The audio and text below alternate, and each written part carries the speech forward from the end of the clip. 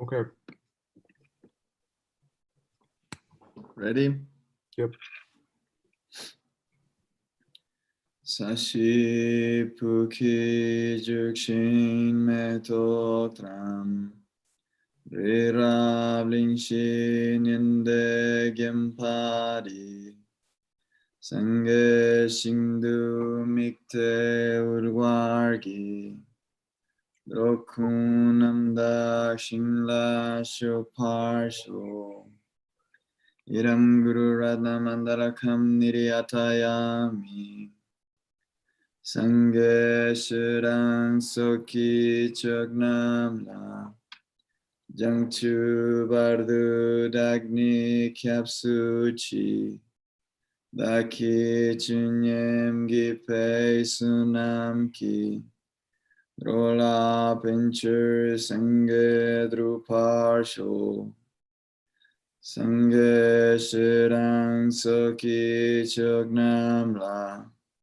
Jangchu bardu dagni kyapsuchi Daki chunyem gipe sunamki Drola pincher sange druparsho Sange shirang soki chuknamla Jangchu bardu dagni kyapsuchi Daki chunyem gipe sunamki Drola pincher sange druparsho. Yay. Okay, so we'll do the first quiz. It will give you guys about 10 minutes to do it. Here we go. If you're not... Pero, ¿de casualidad tenemos material en español? No tengo. Ayer les pedí, el lunes les pedí el correo a todos y se les mandé el material en español. Ay, perdón, es que no me conecté el lunes. No tenemos notas. No tenemos notas del curso, pero sí tenemos las tareas, la clave de respuestas y los exámenes en español. Si quieres te las mando, Marta. Gracias, sí, por favor. Gracias, Aldo. Okay, here we're starting.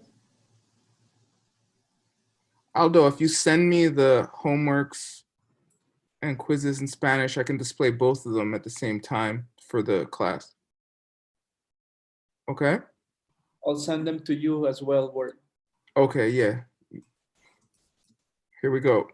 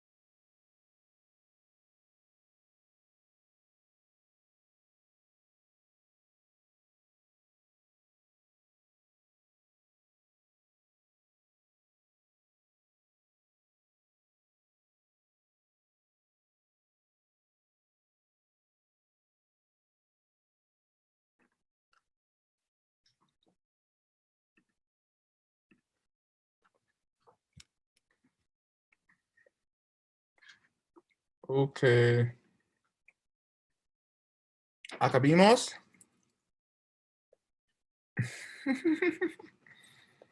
Brian, when I speak bad Spanish, you gotta translate it into bad English.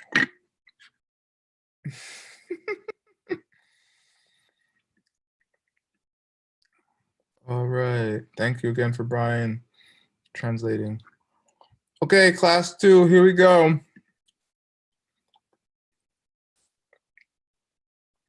This class is hard. All right. I'm just going to teach it and then I'm just going to turn my video off really quick so you have no time to ask questions. Okay?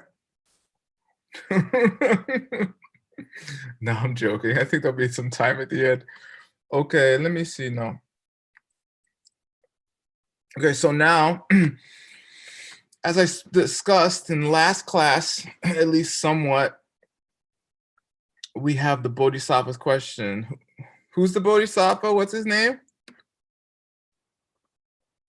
Any language. Huh?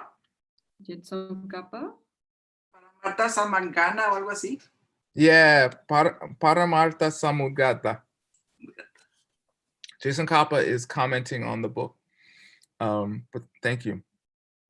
And wait, what's the name of the book we're studying? The sense of eloquence on the art of Interpretation, yeah. And what book is that book commenting on?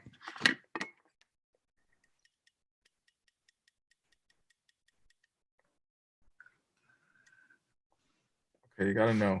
It's called the Sandhi Nirmochana Sutra. It's the commentary on what the Buddha really meant. Who's commenting in that book on what the Buddha really meant? Buddha. Rivas, don't. Okay, you're gonna get banned like I did in Geshe-la's class soon. Jetson Kappa. You know too much. No, it's the Buddha. It's the sutra by the Buddha explaining what he really meant. It's called auto commentary. Okay, so do de gongzhe. All right.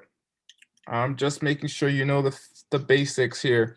And so, as we discussed in the last class, this begins the third turning of the wheel. So in Buddhism, there's 3 turnings of the wheel. I will give someone $30 if you can tell me the place you asked for the wheel to be turned every day. Or you should be asking. I don't know. Our minds. No, but when? When you ask what? For the wheel to be turned.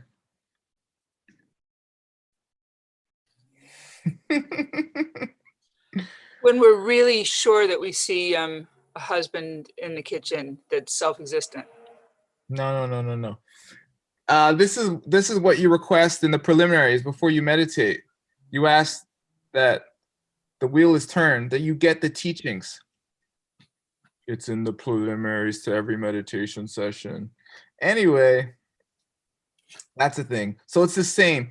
When they say turn the wheel, it means, I should offer money for this too, but we're gonna run out of time. It means it's like a crank. Like Geshe Michael teaches Aldo, and then Aldo teaches whoever he teaches. He teaches a lot of people. I don't know. He teaches a bunch of people, and then they teach other people. So the wheel turns, like the teachings go down the line, like a lineage. Okay, so in that sense, we're talking about when we say turn the wheel of the Dharma. Okay, and sometimes the Dharma is represented by a wheel. Do you know the 8-spoke wheel of the Dharma? It looks like a ship's wheel or something. I think it's 8 spokes to represent the eight paths of an aria. Anyway, so this is the third turning of the wheel. In the first turn of the wheel, Lord Buddha said stuff like, there's four noble truths, all life is suffering, and it has a cause, then it has an end, then it has a path, and then there's five heaps. It's your physical, your feelings, your discrimination, your all the other stuff, and your consciousness. And there's 12 doors of sense. It's the objects you see and the consciousnesses of them. Or there's 18, which is the sense powers and the consciousness and the 6 objects and like that. And he says all those things exist. Okay? And then after a while, like 20 years of that, breaking down all the lists, because you know Buddhism is a supreme list giving teaching, right? Because you know Lord Buddha was a prince, but he was being trained as a king. And so their training is very orderly. One of my lamas told me that, like, that's one of the reasons he gives lists all the time. Anyway, it's like manager. He's like being a king is like being a manager, right? Anyway, an executive, right? Anyway, and then he stood on Vulture's Peak and he said, Aldo, you have no eyes, you have no ears, you have no tongue, you have no body. Nothing exists. And Aldo's like, what? What about the 5 heaps that you explained last decade, Lord Buddha? Right?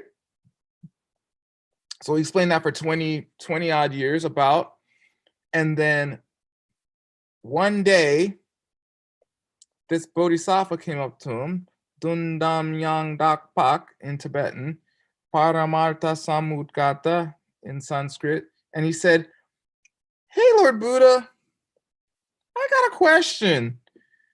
Remember for 25 years, you said there was a bunch of stuff that existed, and then for the next like 25, you said nothing existed. Which one is it? Does stuff exist or not?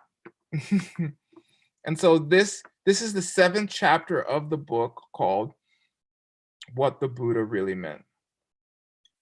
And it's considered the beginning of the mind-only school, or the third turning of the wheel. The turning of the wheel where Lord Buddha makes fine distinctions. Okay? Okay, I'm telling you everything.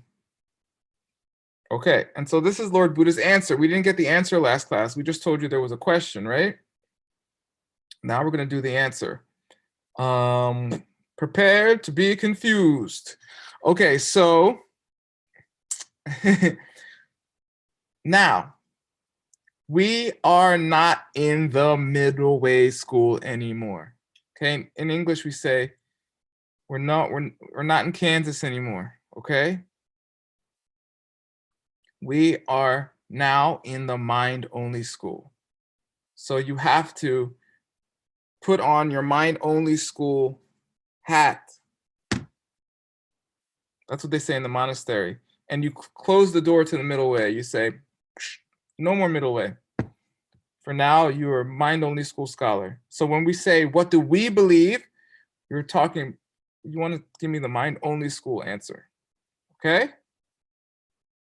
And this class forms the foundation of a class that Geshe-la gave an intensive course called Mahamudra, where he goes over all the beliefs of all the schools, all their beliefs on emptiness specifically. So by the end of this course, that's what we're going to be talking about. So hold on to your hats. Here we go. Say, ngoni me, it should be ngoni me pa. Ngoa. To say it right, you gotta ngoni me pa. It means nothing has its own nature. Okay. So what do when those middle way people are talking about, not us, not us glorious mind only people. When those middle way people are talking about nothing has a nature, what do they mean? Not on its own. Yeah, what does it mean that nothing has its own nature? That What it's, does it's not coming from itself, it's coming from seeds in our mind. That is what middle way says. It's empty. It's empty. Yeah, you have to say empty of what? Riva said it. It's empty of any nature of its own from its own side. Okay? Good. So, but Lord Buddha said for a while that some stuff does exist and some stuff doesn't. So he said that in the second turning of the wheel, that nothing has any nature of its own. Okay? So why is Lord Buddha giving this new answer? Why isn't he just telling more middle way?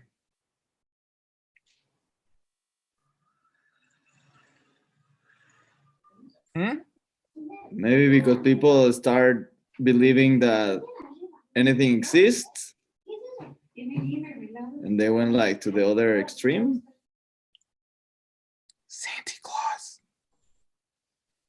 Santa Claus. I can't say it that loud in Revis's house because there's kids there, okay? So you guys know, I explained it last time. Okay, I'm not going to say it loud. I'm not going to ruin it for Alexito for the rest of his life. I don't want to be that guy. But that's why you, well, I say it like this. In first grade, they taught us how to subtract. And they said, you cannot subtract a bigger number from a smaller number. And I was like, okay, good. And then like a couple years later, they're like, now we're gonna subtract bigger numbers from smaller numbers. I was like, what? But you told me in first grade that you couldn't. They're like, well, we just said that. We didn't want to confuse you. I'm like, just tell me the whole story. I don't need half the story, okay? But some people do need half the story. Maybe I wouldn't have been confused, but maybe half the class would have been. Understand? So mind only school is for half the class, at least half the class. But what's mind only school really for? Who is mind only school really for?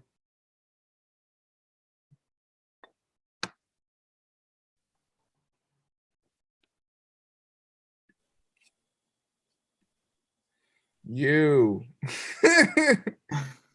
Unless your name is Aria Rivas or Aria Kelly McGee, then you need mind only school.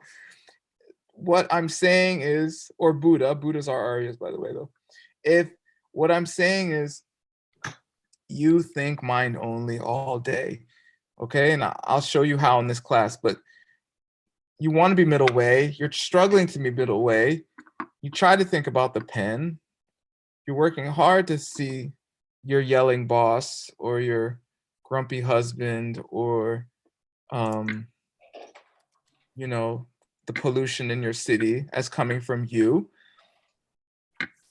or your elected, semi-elected officials, I don't know, officials that other people elected officials as coming from you. But you're failing all day. You think certain things are self-existent. And if I walked up to you at the wrong time and said, hey, that's empty, you would want to punch me in the face. Try to walk up to any one of you who's upset. If I walked up to you and said, hey, Aldo, don't forget things are empty. You'd be like, word, you blankety blank blank blank. How dare you bring up the truth that will set me free at a time like this? And any of the older students, they know because they were beginners and they're like, oh yeah, I'll teach them about emptiness when they're really mad. That should help them. And then they got more mad and you learned your lesson, okay? So at the time when people are upset, which is most of the day in some capacity, you can't teach them the pen. You have to teach them something middle. in between middle way and their current knowledge. You have to say, things are going to change. It's okay. Everything changes, or, your boyfriend's a blank. Your boyfriend's an idiote. Idiota. Your boyfriend's an idiot, but remember when you thought he was such a nice guy? Which is basically mind-only school. All right, so who's mind-only school for? For Leah, apparently. Leah's willing to admit it, okay? The rest of you are Buddhas, I know, it's okay, you don't need it. It's just for karma. Okay, here we go. So this is his answer.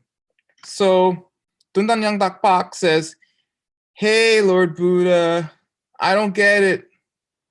I mean, I know you're the omniscient one, but really seems like you contradicted yourself. I mean, does everything exist or does nothing exist? Come on, can you please tell us? And this is Lord Buddha's answer, okay? He's like, I said nothing exists. This is what I really meant, okay? It's really specific, And he says, in Tibetan, it's Tseni ngoni me, ngoni mepa. Tseni means the definition, right? We had it in course 13 a few times. Ngo means the nature, the essence of something. Ni literally means just that, and me means not. So certain things are empty of being what we define them as, okay? And there's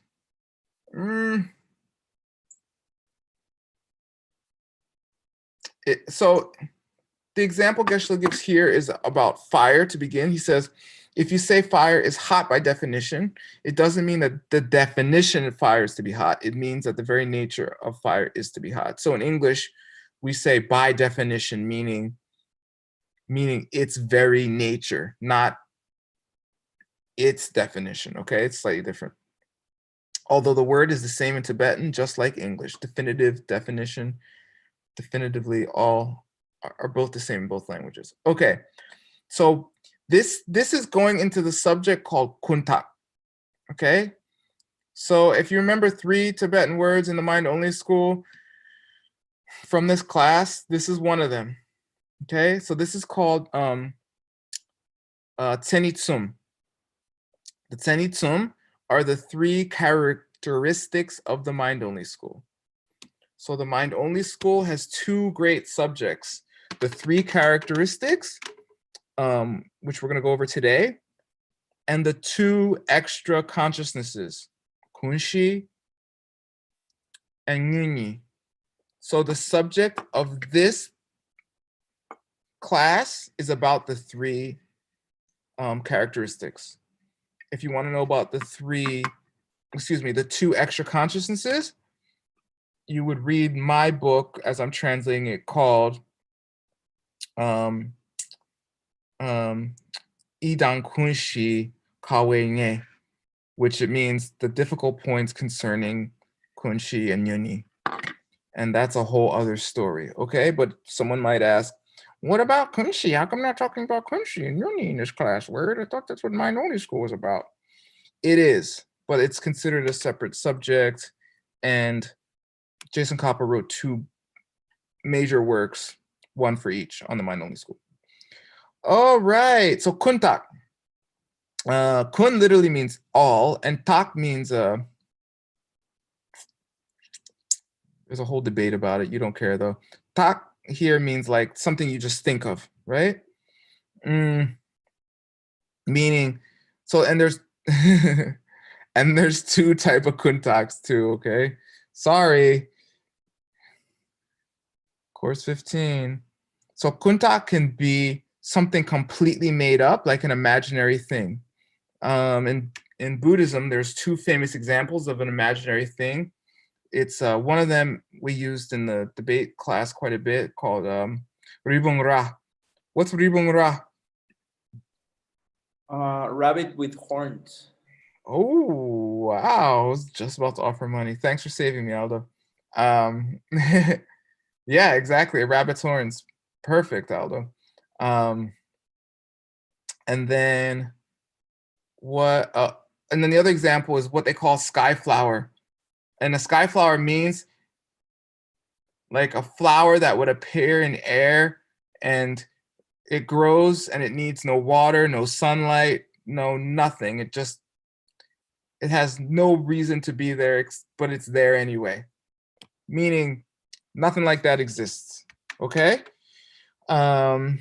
So this is one use of the word kuntak. It means an imaginary thing, something you can think of, but doesn't really exist. Okay?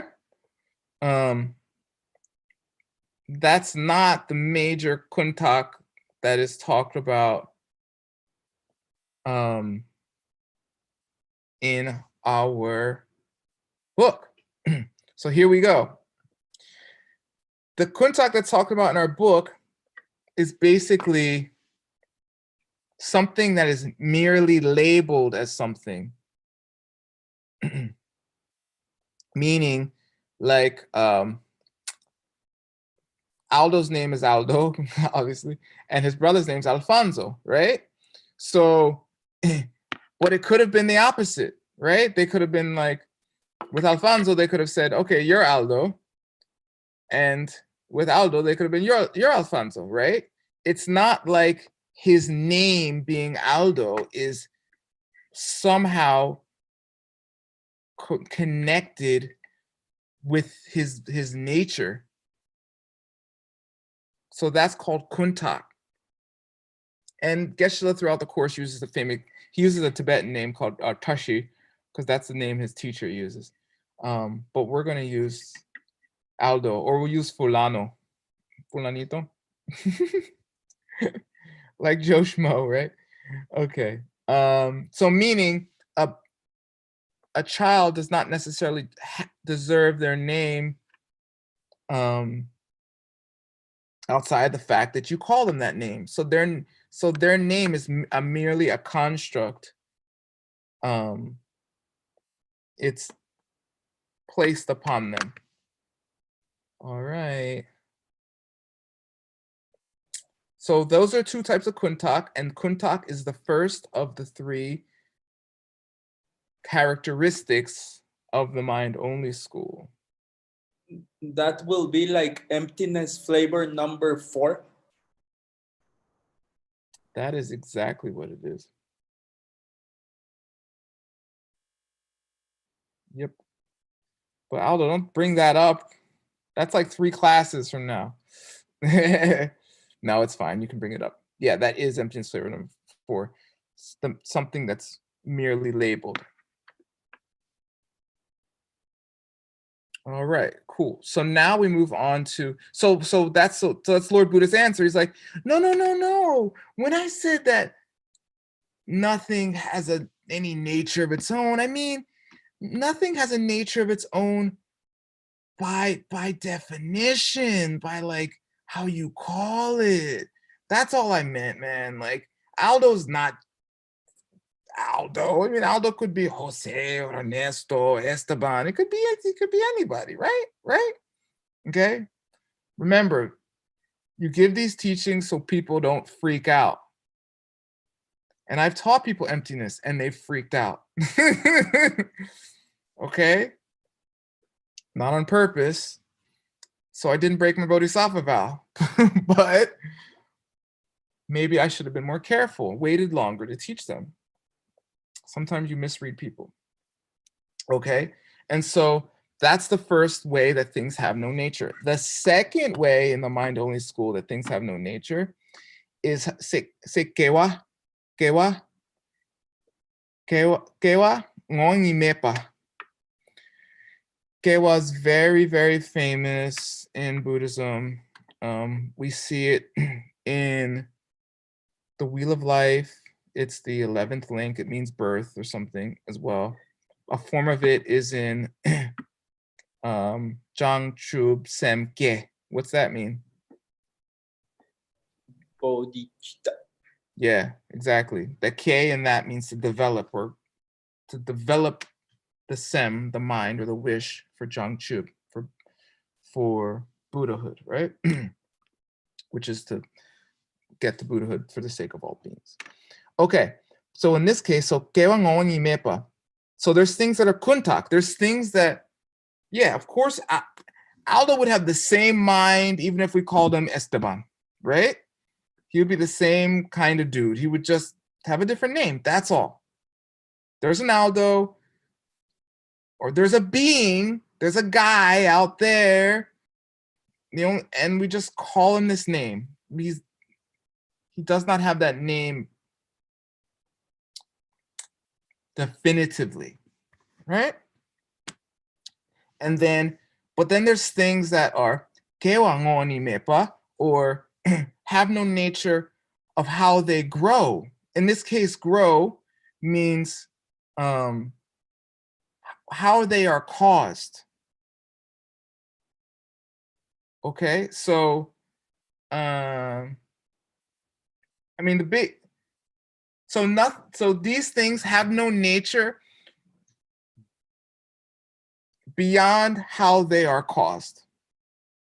And what is most striking about the mind only school is how close it is to the middle way school. So it's not as if mind only school is like way off from middle way. It's actually very close to middle way in a few ways. Okay. So does middle way school believe that things have a cause? Yeah. Does the middle way school, every Buddhist school believes that, by the way. Actually, well, I think there might be some Abhidharmists that don't. But anyway, every Buddhist school pretty much believes that everything has a cause. I mean, that's one of the most basic things of Buddhism, right? Things have a cause. Okay. And so the fact that things have a cause means that things have no nature of not having a cause, right? Meaning things have a cause. Okay, double negative. Did you get that, Brian? Okay. You can say it positively. Everything has a cause. Okay? Or you can say it negatively. Nothing has a nature of growing without its causes and conditions. Things have no nature of not having a cause. All right. And so, of course, the biggest example of this is your suffering life, or the wheel of life, right? What's the first link in the wheel of life? Blind man. Yeah. Maripa. Yeah, you're both right. What does it mean? Misunderstanding. Perfect. So, and misunderstanding is the cause of the whole wheel, right? All right, perfect. And so in Tibetan, this is called Shenwang, right? Shen means other, and Wang means powered, meaning these things are dependent. They are dependent on other things to cause them.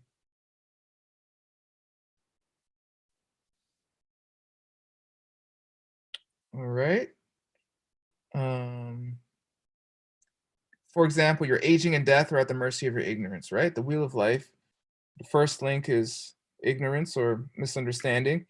And the last link, the 12th link, is aging and death, right? And round it goes. All right. So Shenwang, that's the second of the three characteristics in the mind only school. The third of the three characteristics is the ultimate, okay? Nothing has any nature of being ultimate. All right, so say Tundampa ngoni mepa. Tundampa ngoni mepa. Dundam, you probably know. Where do you know Dundam from?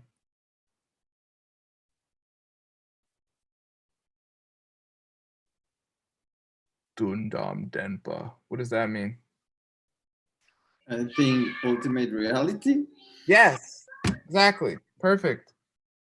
Wait, whose legs was Kunzab Denpa and his other leg was Dundam Denpa?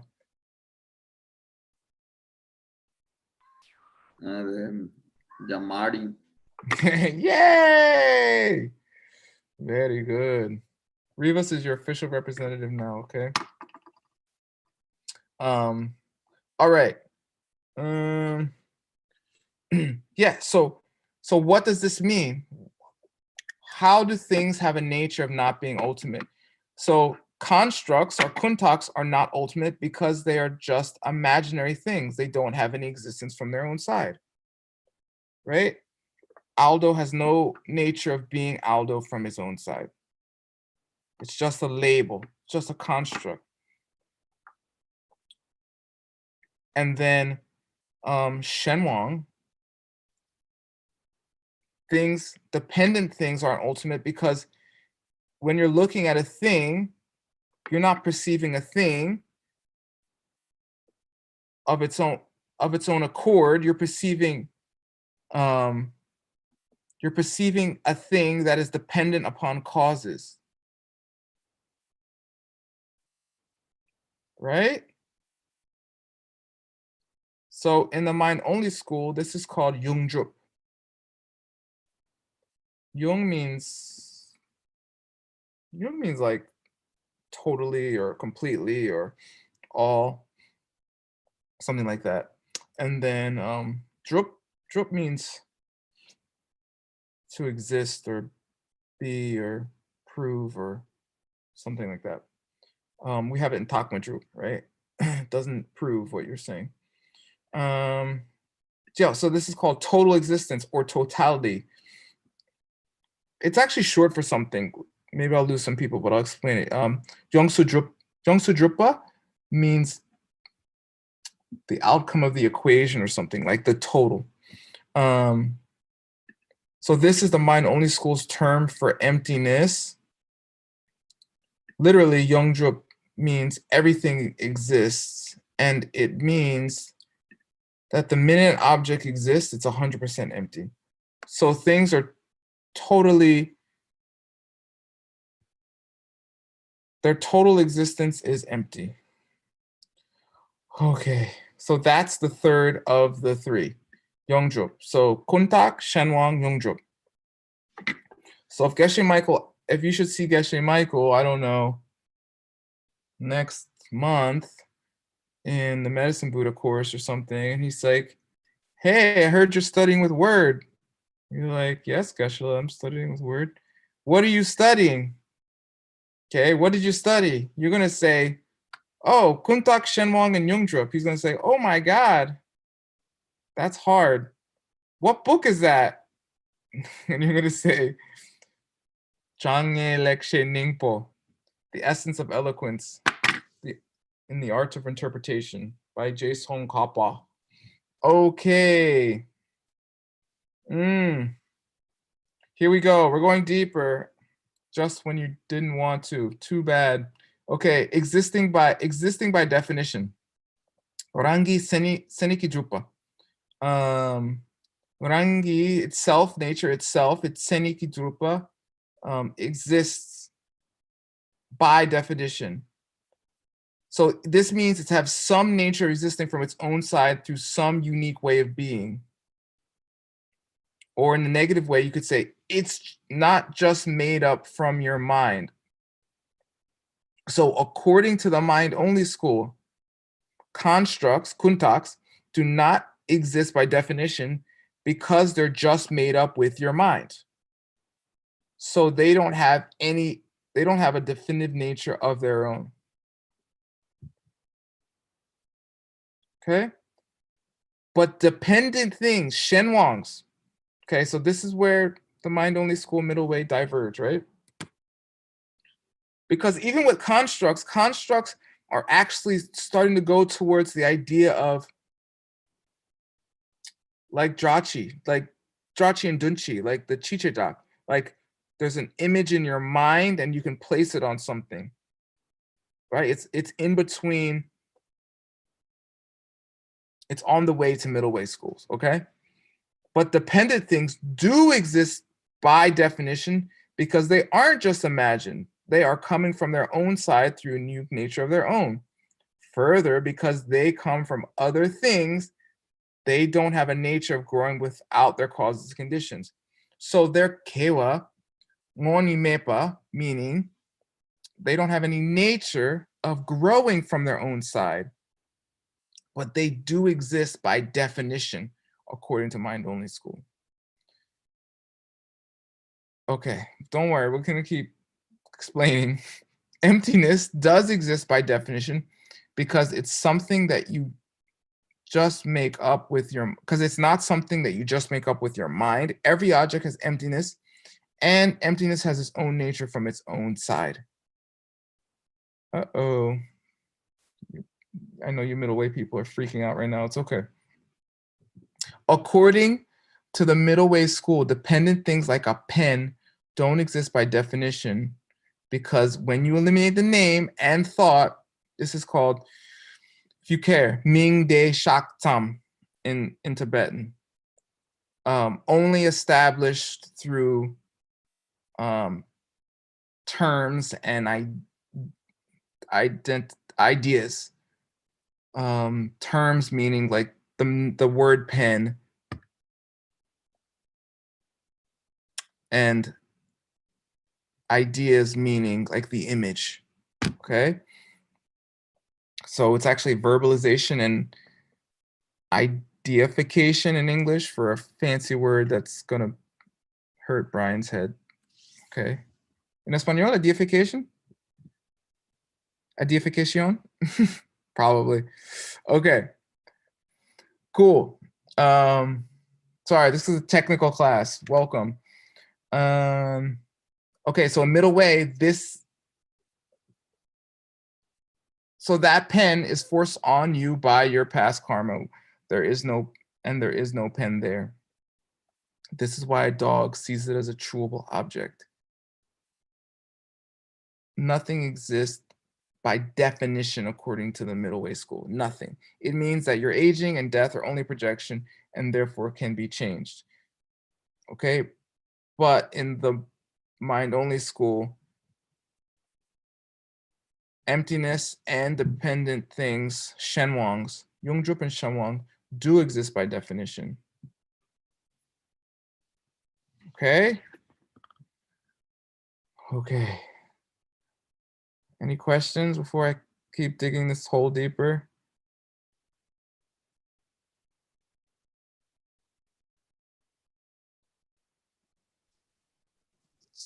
Me, a word. When you said nothing exists by definitions, can you be more like, can you explain it better?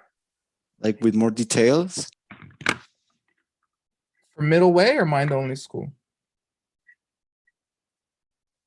Media way.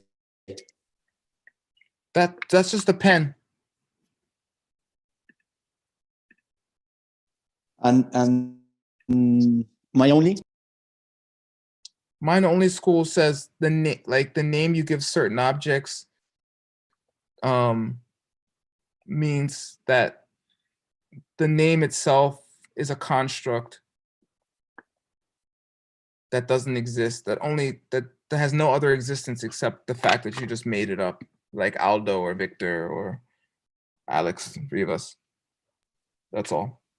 Okay, thank you. De nada. Okay. Okay, this might help you too, Victor. These are the classical metaphors for each one of the three attributes, okay?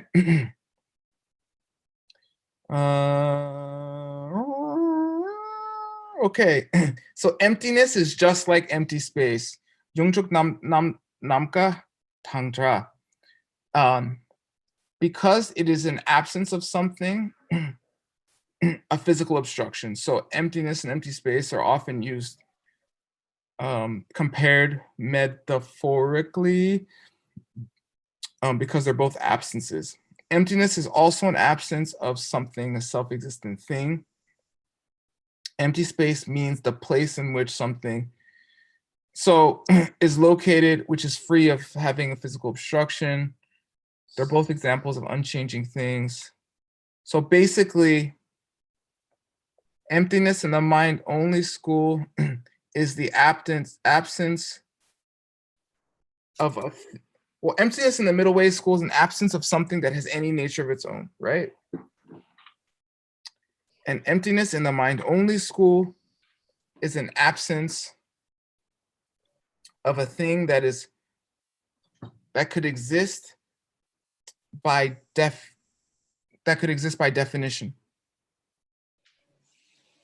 right? Because basically kuntak is the thing that is the merely labeled thing that you just call something and then can get confused with the name. While shenwangs, dependent things, do exist, and so does emptiness. Okay, I'll keep going. So the classical metaphor for kuntak, so in Tibetan, kuntak nam ke metok tangra. So we just brought this up.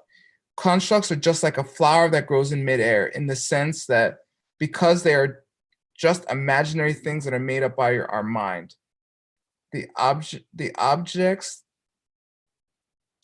that constructs refer to can either exist, like Aldo, or not exist, like a flower or a rabbit with horns. You can think of it, but it doesn't really exist. In either case, it's just made up. All right. For Shenwang, the classical metaphor is a gyuma dangtra. So gyuma is illusion in Tibetan. It is Maya in Sanskrit. And so what illusion in the mind only school means when it refers to Shenwang is it doesn't seem like a thing is coming from causes, but it is, right? It doesn't seem like your suffering is coming from something you did in your past life, but it is. Meaning things depend, or the origination of things depend on things before. Because in reality, they're coming from the same karmic seed. Oh, that's the whole thing. Geshe-la goes here in the class. Should I go here now? Nope. We'll get there. So there is apparently, and I know a little bit about this school, and Geshe-la explains it more in depth in the ACI in-depth course on the Maitreya book, Lord Maitreya book, The Higher Line by Lord Maitreya and written down by Master Sangha. It's an amazing, amazing, amazing course. I highly recommend it. Okay, he talks about the Jonangpas in that class.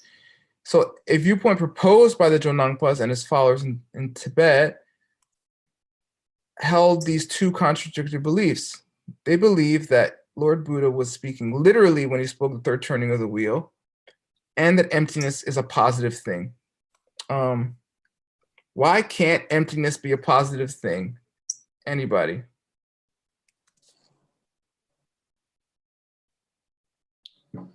Why? Because if it was a positive thing, it will be changing, and therefore it will not be ultimate. Yeah. What's the problem with it being changing?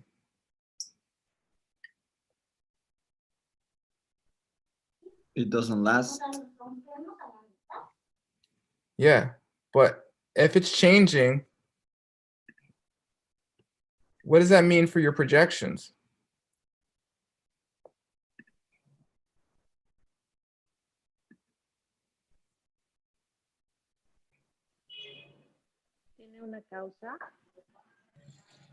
Hmm? If it would be positive, then my projections couldn't be there. It has to be empty for my projections to go there or to. So that's why it has to be empty, because if not, I couldn't project anything. No? Exactly. Perfect.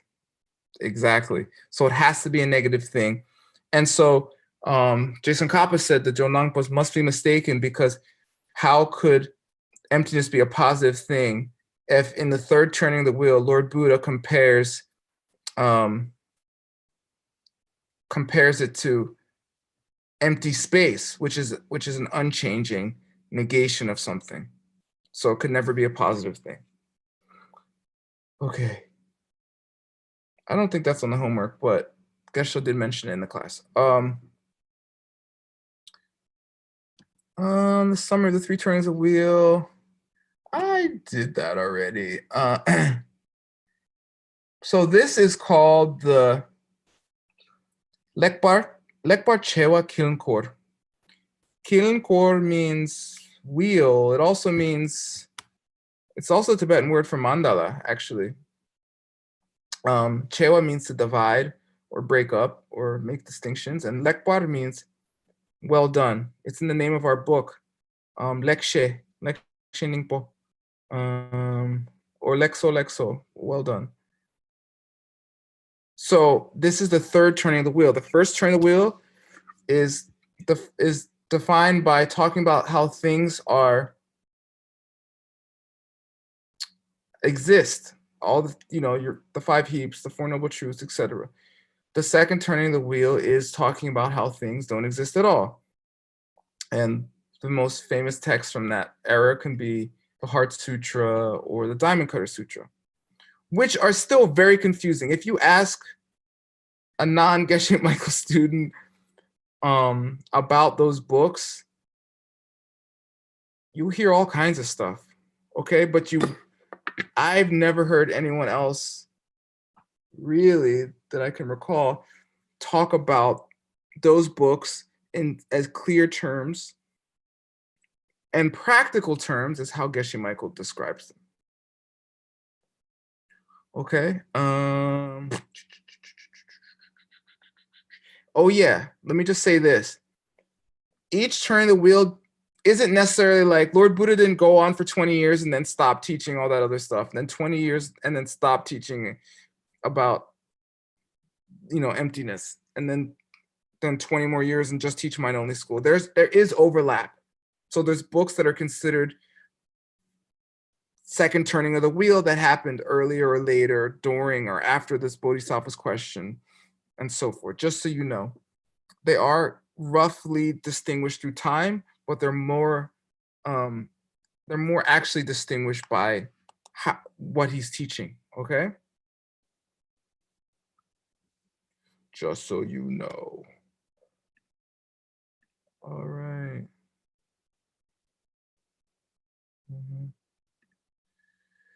Okay. And this just goes over it. So kontak, constructs that are just imaginary things, don't exist by definition. Dependent things, shenwangs, do exist by definition from their own side, but they don't grow without causes and conditions. And emptiness does exist by definition from its own side. Nothing is ultimate, which means that things don't have a nature of being self-existent, and most things don't have a nature of being what you see when you see emptiness directly. When you see emptiness directly, you're not going to see kuntaks or shenwangs, right? All right. The importance of understanding emptiness. Do I have to go over this? You guys know. Can I ask one question about the constructs first and dependent things? Uh-oh. Is he differentiating? Is he saying that some things are constructs and some things are dependent things? Like an individual object is one or the other, or Yes. okay, I knew exactly what your question was going to be. great. This is any middle way person is going to ask this question. They're like, wait a second. How can some things be what? Wait, who says which one's which? And how could you not figure out? Sorry. If you got to think of it like when you're mad at your boyfriend. I don't know if Kelly McGee has a boyfriend or a girlfriend or whatever she's got or doesn't have, but say you do, Kelly McGee. At that moment when he's yelling at you, he, she, they, at that moment, you're mind only school, okay? Unless you're completely calm and relaxed and like, oh yeah, it's totally coming from me. Remember when that time when I yelled at, I don't know, do you yell at people, Kelly McGee? I don't think you do. But let's say you once did when you were a kid, okay? 3 lifetimes ago. This must be coming from 3 lifetimes ago, right? If you don't have that exact thought, then you're mind only or worse. Okay, that's it. Okay, so the importance of understanding emptiness correctly. Well, the importance of understanding emptiness correctly is getting out of the wheel and not dying a horrible death or going somewhere horrible. Okay, the 5 statements. So in the text, Lord Buddha makes 5 famous statements, and which makes up the backbone of the teaching. Okay, the 5 statements. In the second turning of the wheel, Lord Buddha made 5 radical statements.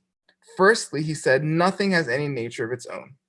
Okay, which we know, and we clarified what he meant in the last class and above, right? Now we identify and clarify the 4 remaining radical statements Lord Buddha made in the second turning of the wheel according to mind only school. Okay, so now this is when you have to start taking off your hat and putting it back on. Okay, you have to be able to switch because your students or your kids or your husbands, right? Or you are going to have these different views. And that's why we're studying them, to help you when you have the different views, to help your students, help your kids, help your husbands, help whomever you're helping when you have these different views. So what did Lord Buddha say when he said nothing grows? Who else famously said nothing grows? Nagarjuna. Yeah, okay. Which means nothing has any nature of starting from its own side. When does the seed become the sprout? When your karma forces you to see it that way. Boom, perfect. Perfect middle way. Now here we go, mind only. Nothing has a nature of growing or starting. For example, the sun doesn't come up in the morning. In the middle way school, this statement means nothing happens that is not caused by your mental projections forced on you by your past karma, as Aldo just perfectly stated. Now, the mind only school says that the sun does come up from its own side. And when Lord Buddha said nothing has a nature of growing, he meant 3 things. Constructs don't grow because they're not changing things. Emptiness doesn't grow because it's not a changing thing. Meaning constructs are like facts. The fact that I'm teaching this class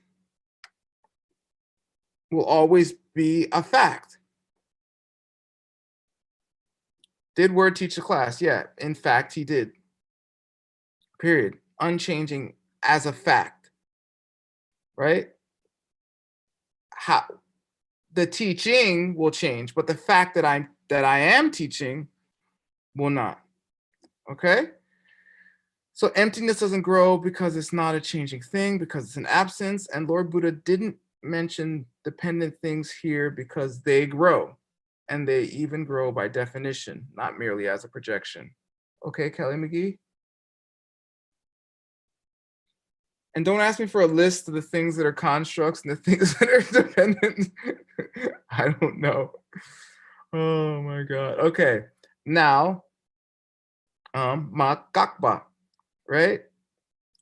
Who said this? Nothing has a nature of stopping. Who else, I should say? Guardian. Yeah, of course. Okay, perfect. For example, you don't die. In middle way school, this statement means that nothing stops.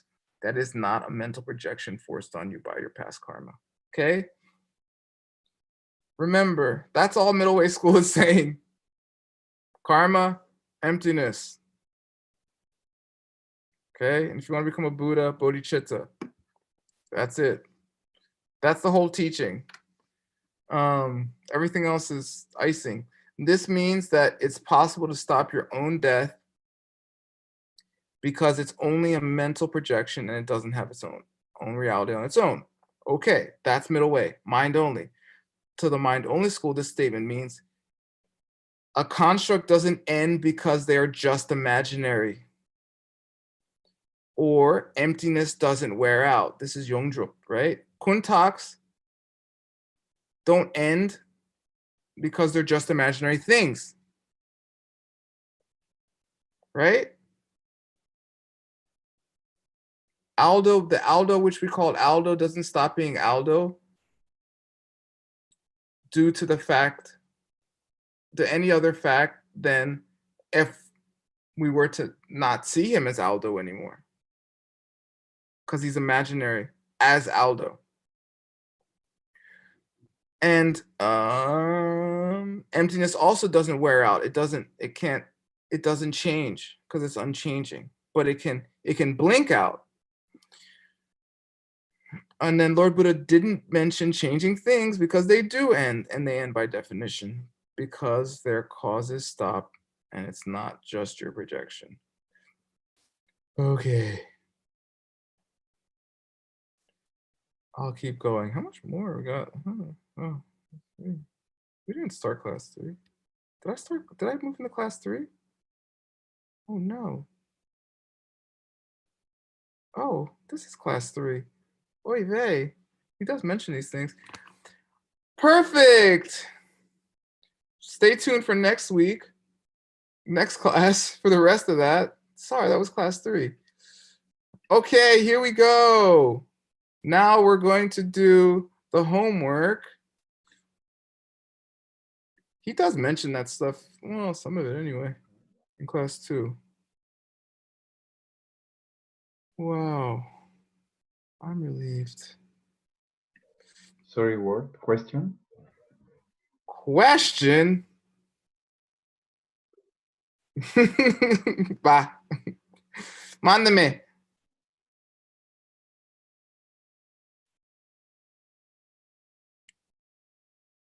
Preguntar tu pregunta.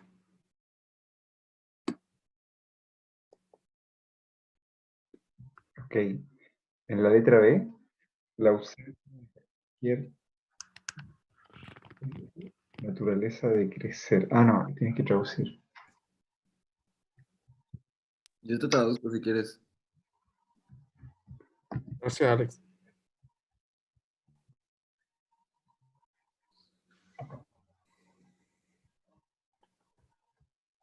Por favor, pregúntame. Yeah, sorry, looking for the text. But when you say in the absence of any nature of growing in the dependent things, you say positively and negatively. And it's the same thing, but you say just in negative way, because I was reading.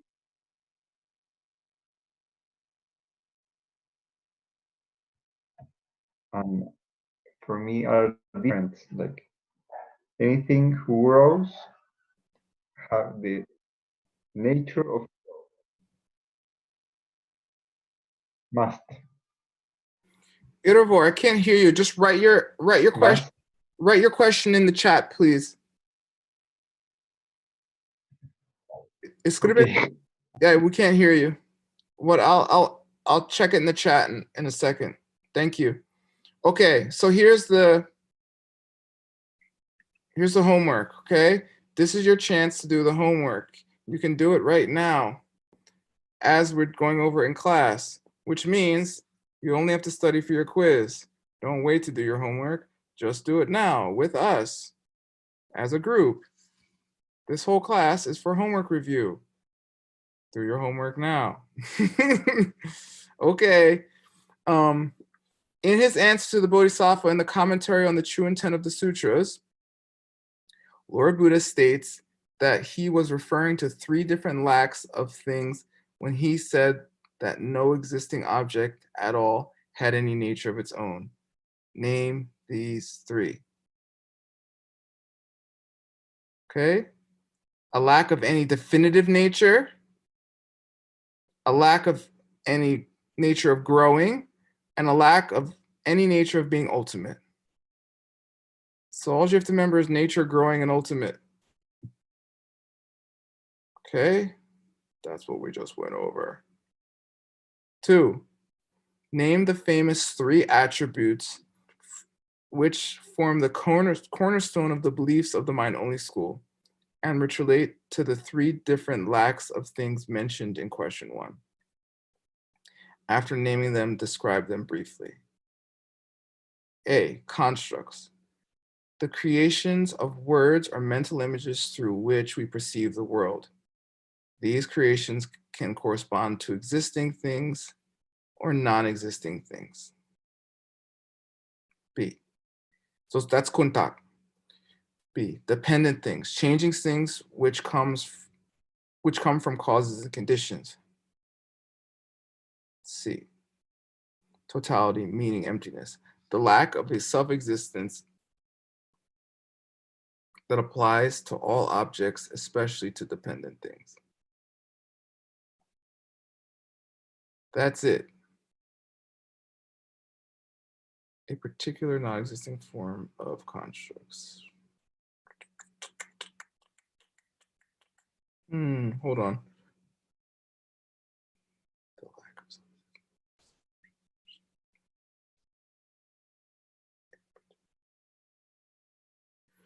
Whoa, okay, I'm gonna keep going.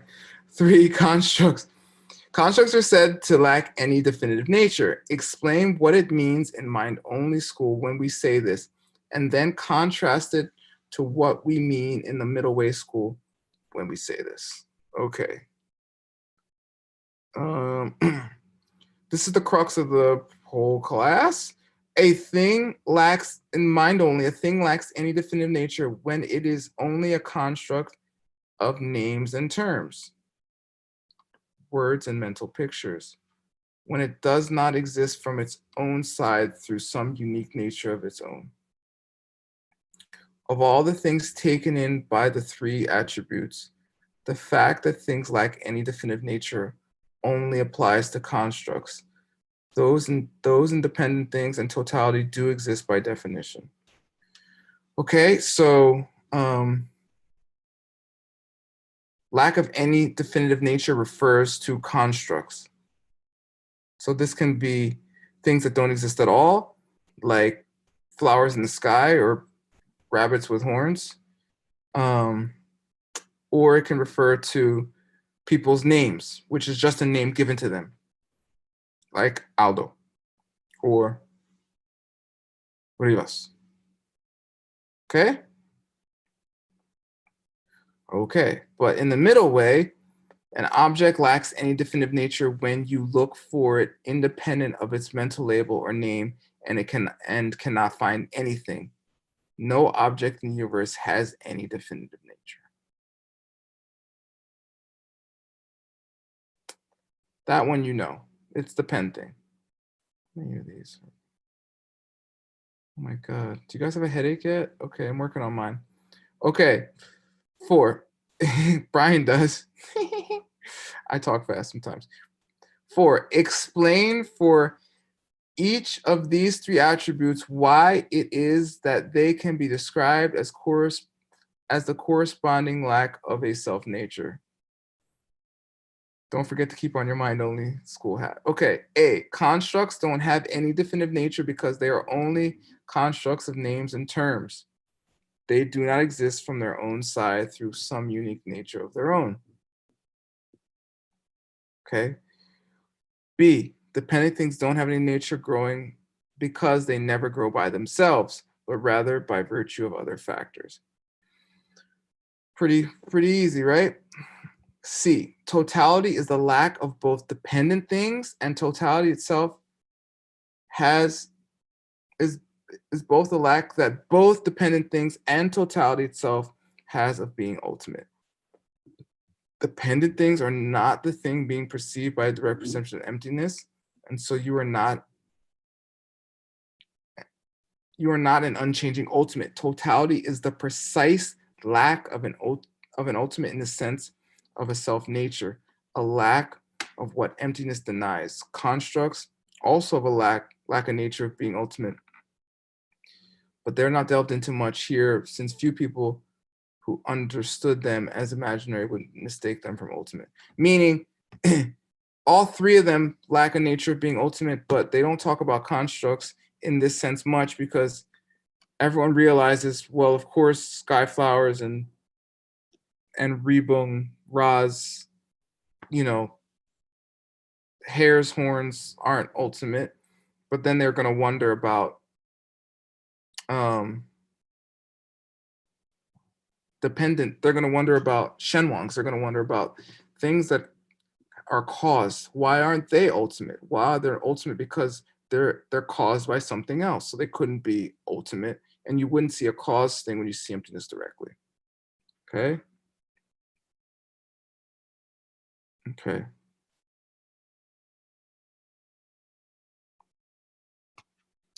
Cool. Don't worry, Ilvor. We'll get to your question at the end. 1 second. I'll give you guys a chance to think.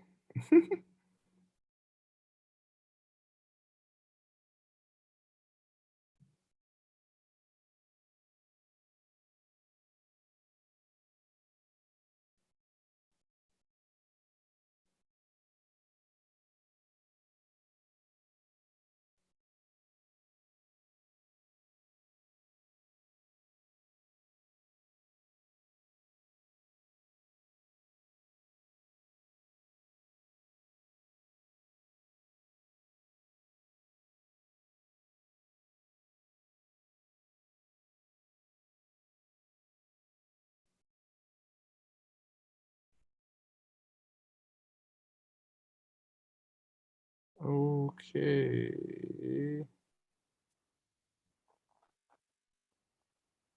Okay. Any question before I confuse you more? Word. Yes. Aldo, ¿me puedes ayudar a traducirlo? Sí, claro. Gracias. Creo que hasta aquí he entendido, Word, que el Buda realizó los 3 giros para que se confirmara el que no podemos juzgar a nadie, que es mejor no juzgar a nadie, porque los 3 caminos son prácticos.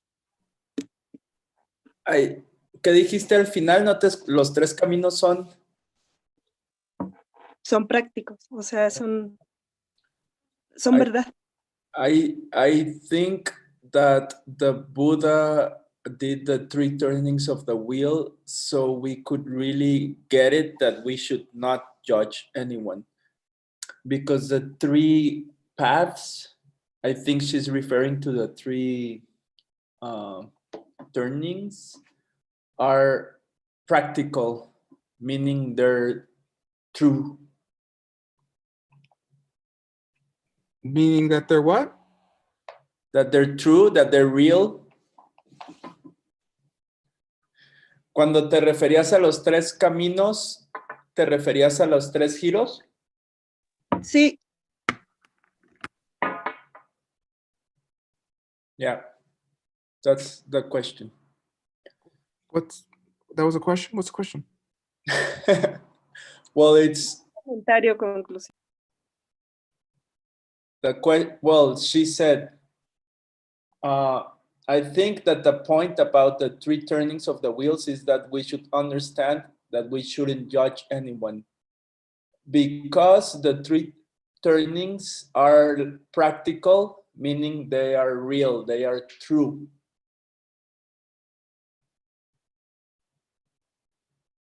Cool.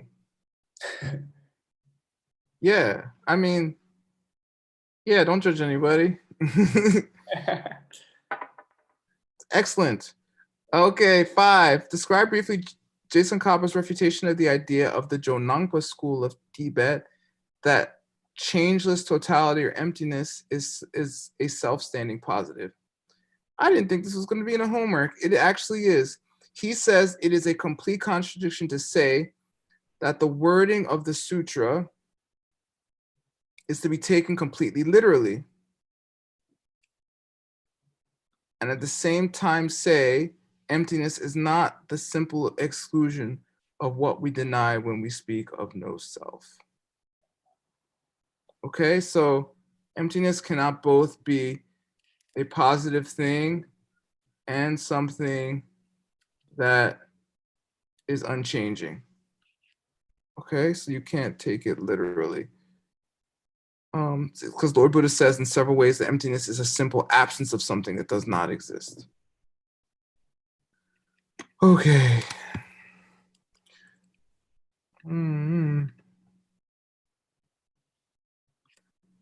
Brian's on mute. Gracias, Brian. Okay, we're gonna keep going, and then I'll answer your voice question. There's only one more. Give finally an illustration of each of these tracks. Each of these 3 lacks of a self-nature or attributes. Okay, these are the metaphors. Constructs are like a flower that grows in midair,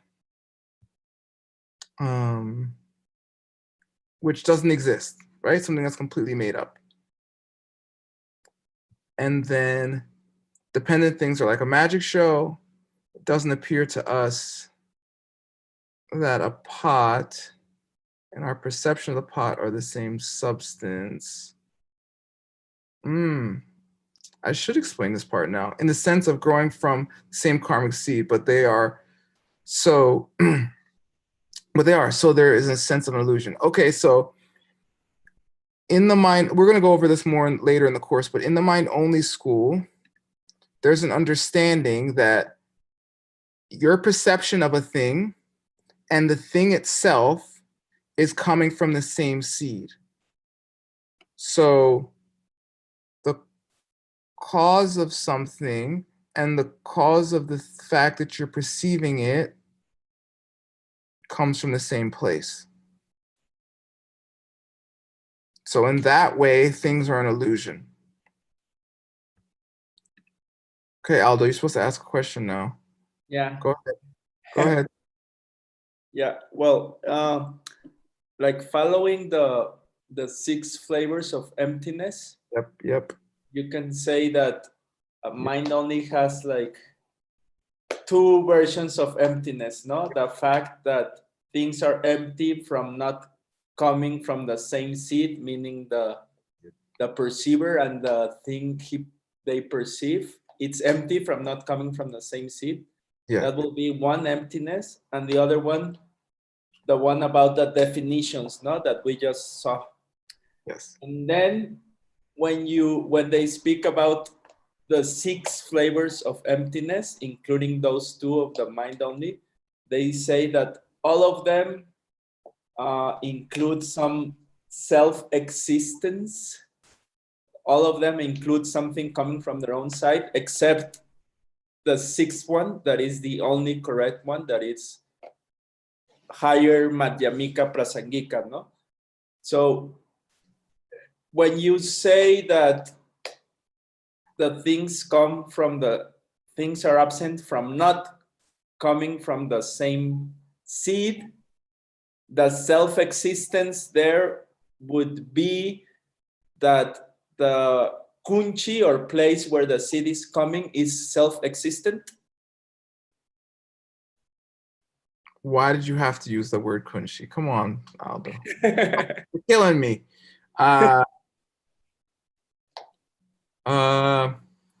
Well, I think without even, yes, it's true about the kunshi, which means foundation consciousness, which is one of the extra consciousness in the mind-only school, which is a concept I don't think we can explain completely right now.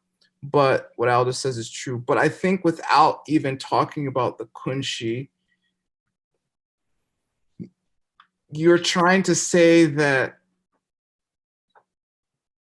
cause things are only lack a self-nature due to the fact that they're caused, right? So that means to some degree you are saying that even the cause is self-existent, right? Yeah. You must be saying that. So I think it's just referring to that here so far. But yes, your point is correct. Okay. And we'll explain it later in the course. Sorry if you're confused, but it's course 15. It's just how it's going to be for a little bit. All right. And then, Thank you. Yeah, por nada. And then dependent things are like a magic show. Yeah, it doesn't appear to be to us that the pot and the perception of the pot are the same substance, right? Just like we just said, it's an illusion. And then C, totality is like empty space. It's a simple lack of physical nature in the sense of being the simple lack of a non-existent self-nature. Oh my. Oh my God. Okay. I hope everyone's following. I did tell you this course was going to be hard. All right. So now for Senor Iravor's question, which is in the chat. Let's answer it. Why did you say that two are the same, but just said in a positive or negative way? Positively, anything grows must have a nature of growing from its own cause and conditions. Nothing has a nature of growing without. I said it because that is how Geshe explains it in the class. Things either, it means the same thing, basically.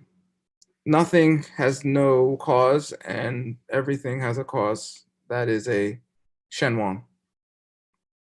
That's it.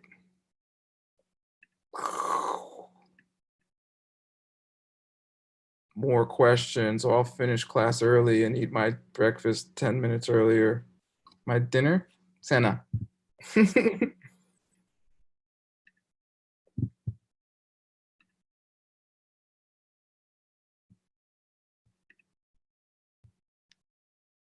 So one question, if you as the mind only representative, I don't know how that happened, but yeah. if they ask you, what's the definition of emptiness? In the mind-only school? Yeah. Aldo, why are you doing this to me? Things are empty. Okay. I was specifically studying this before class. I was like, oh my God. Things are empty of having a self-nature of their own, period, right? Anything that is not what you see during the direct perception of emptiness is not emptiness. And you would see neither cause things or things that are constructed during the direct perception of emptiness in the mind-only school. And of course, you wouldn't see things that are imaginary altogether, like sky flowers. But I hope I don't see Aldo during my direct perception. No, you don't see anything that's constructed, or you don't see anything that has a cause. Yeah. During the direct perception of emptiness. So you're just mixing flavors 3 and 4. Basically, but it gets worse. It gets a lot worse. Yeah. I'm still working it out. I'll do my best. Thank you, Word. You're welcome. It's a hard school. And the reason it's hard is because it's not right. It's all messed up. The reason middle way is so easy in a way. I mean, the concept, yeah, it's empty. Deal with it, you know? And that's it.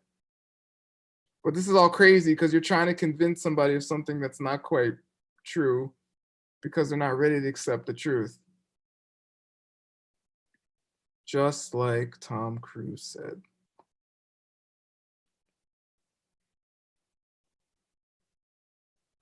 Or was that Kevin Bacon? Kevin Bacon's in that movie. Kevin Bacon is in all movies. All right. Any other questions?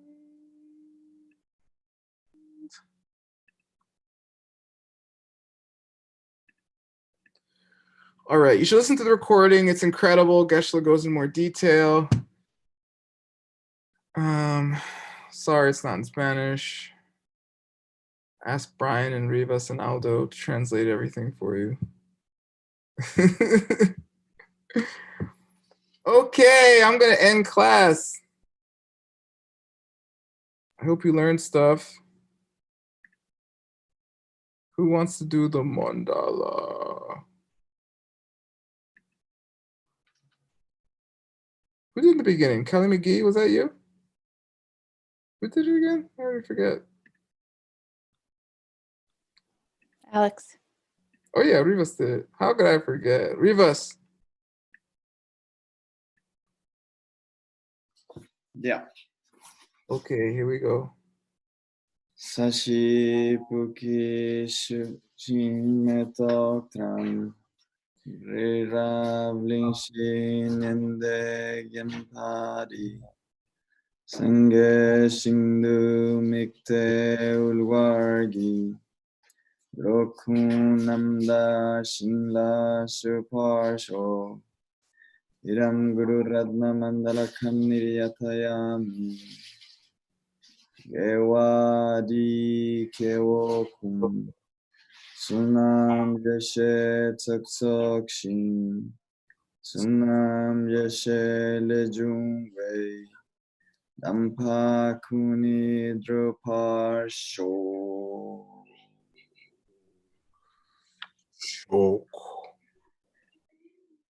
May it be so. Thank you, Word. Yay, I did it. Gracias. Gracias. Gracias, Brian. Thank Gracias, you. Word. Gracias, Brian. Gracias, Aldo. Gracias a Gracias, todos. Word. Gracias, Aldo. Gracias, Alex. Okay. Gracias, Karina, Gracias, Brian. por grabar la clase. Tiene que hacer tu tarea. Okay. Do your homework. All right. Well, I'm letting you out 13 minutes early. Go do something fun with your life. Yay, bye. Adios, amigos y amigas. Adiós. See you Friday.